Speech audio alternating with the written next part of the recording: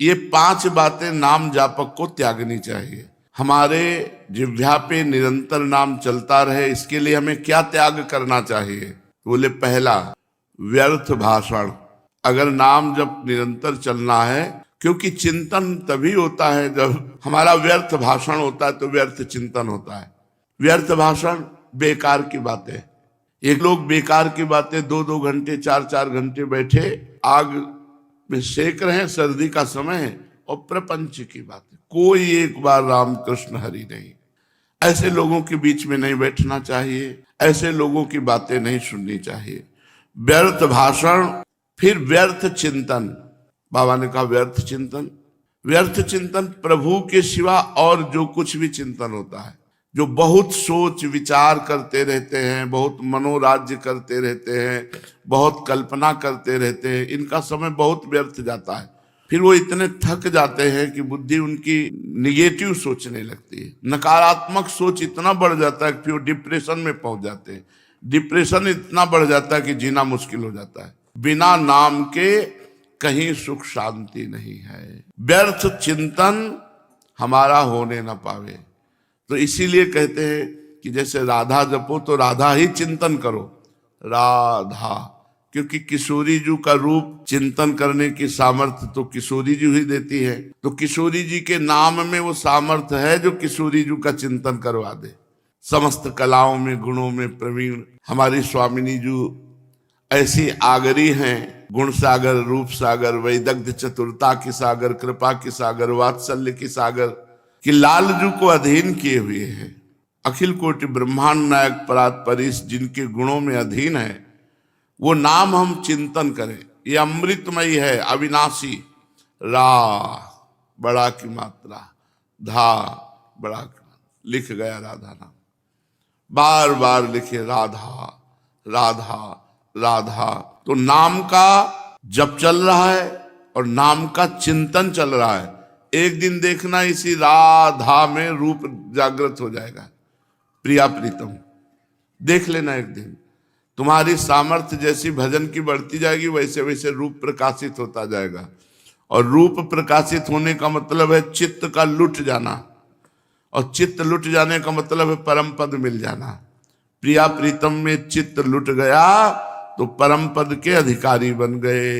व्यर्थ भाषण छोड़ो, व्यर्थ चिंतन छोड़ो, और व्यर्थ दर्शन छोड़ो। ये आंखें बहुत चराते रहते हैं लोग। आंखों को थोड़ा मर्यादा में रखो, उचित देखो, अनुचित मत देखो। बात करना है तो चरणों की तरफ देख के बात करो, रास्ता चलना है तो रास्ते को देख के चलो। कोई बात है, ठीक है, कभी ऐसा हुआ, एक बार दृष्टि चली गई। दृष्टि संभालो तभी भजन होगा।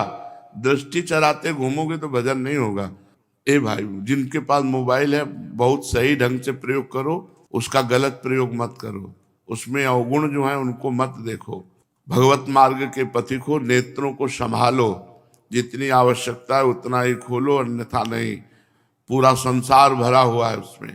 व्यर्थ दर्शन से बचो और व्यर्थ श्रवण से बचो, बेकार की बातें सुनने से।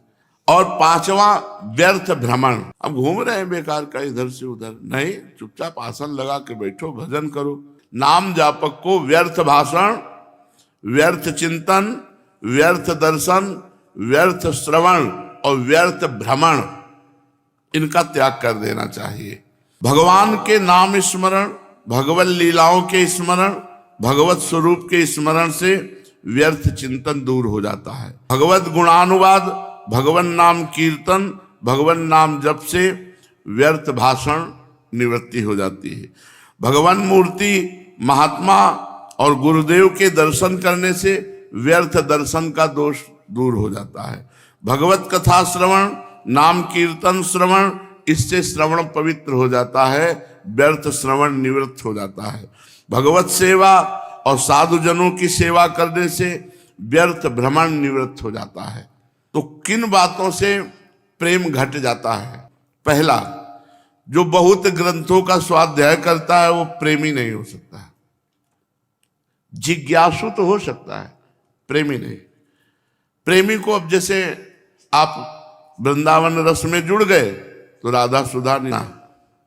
जो दूसरों को उपदेश करता है और स्वयं स्थिति नहीं है, वो कभी परमार्थ का पथिक नहीं हो सकता, चाहे जितना बढ़िया उपदेश दे लेता हो।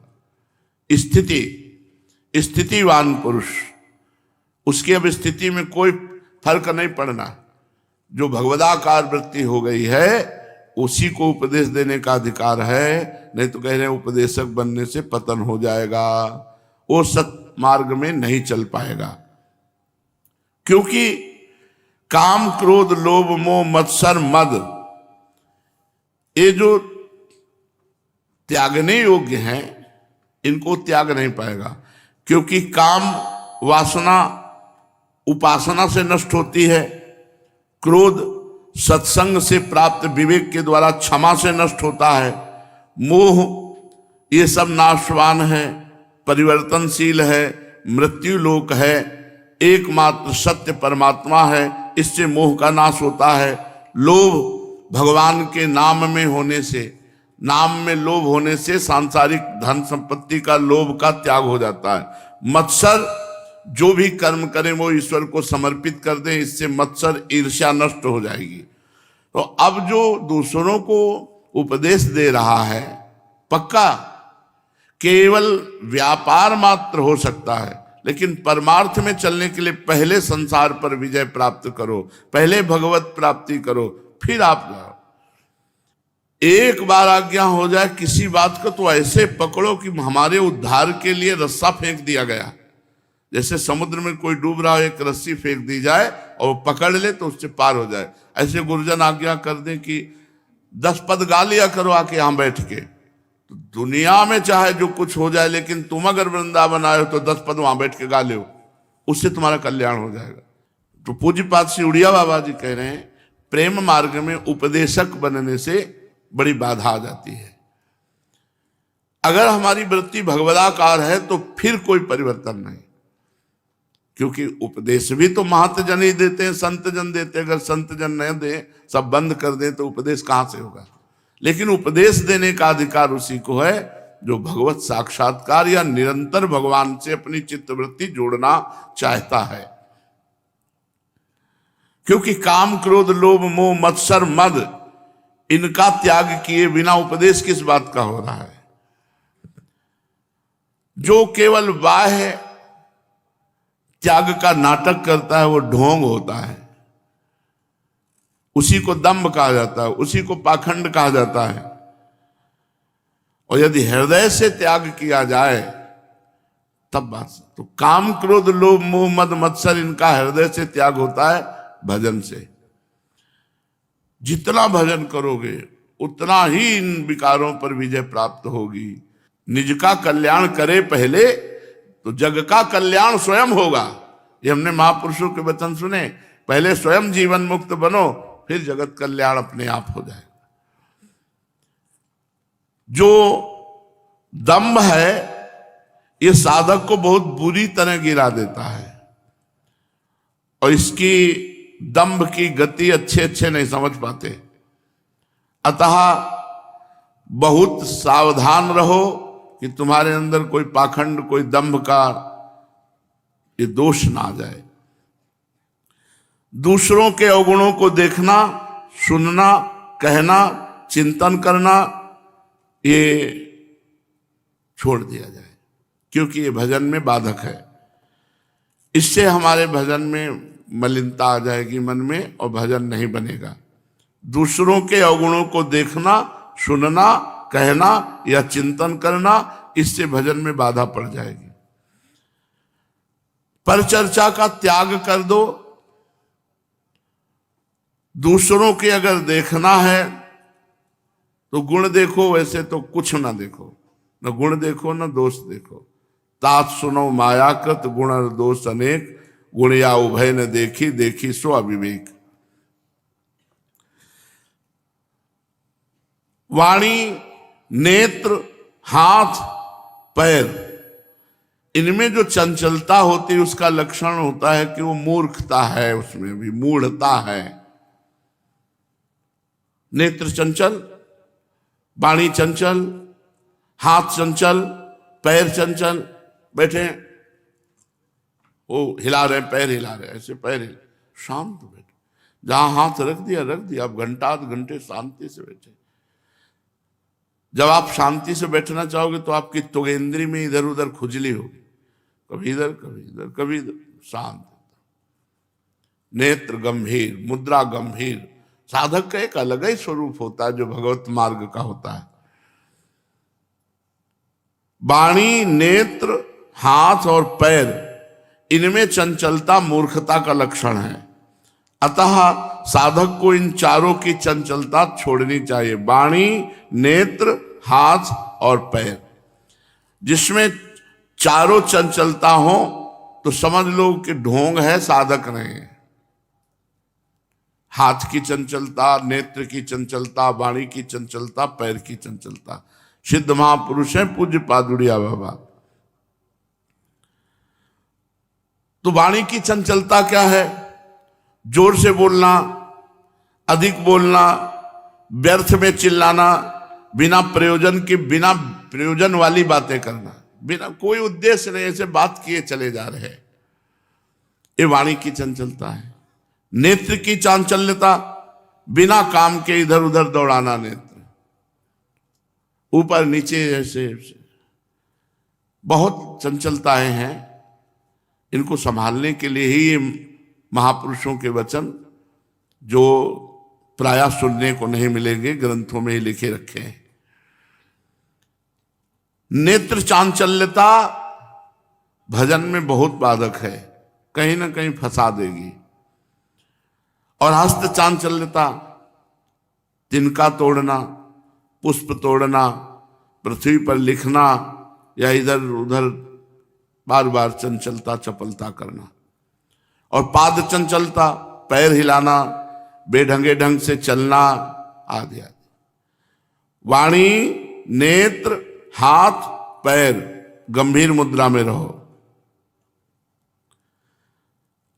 जो अति भाषण करता है, अति परिश्रम करता है, अति भोजन करता है और अति नींद लेता है, जो सांसारिक धर्मों में बंधा हुआ है, दुष्टों का संग करता है, रुपए का लोभ रखता है, वो परमार्थ पे नहीं चल सकता। वो परमार्थ पे नहीं चल सकता। पूज्य बाबा जो अति भाषण करता है, बहुत बोलता रहता है, अति परिश्रम,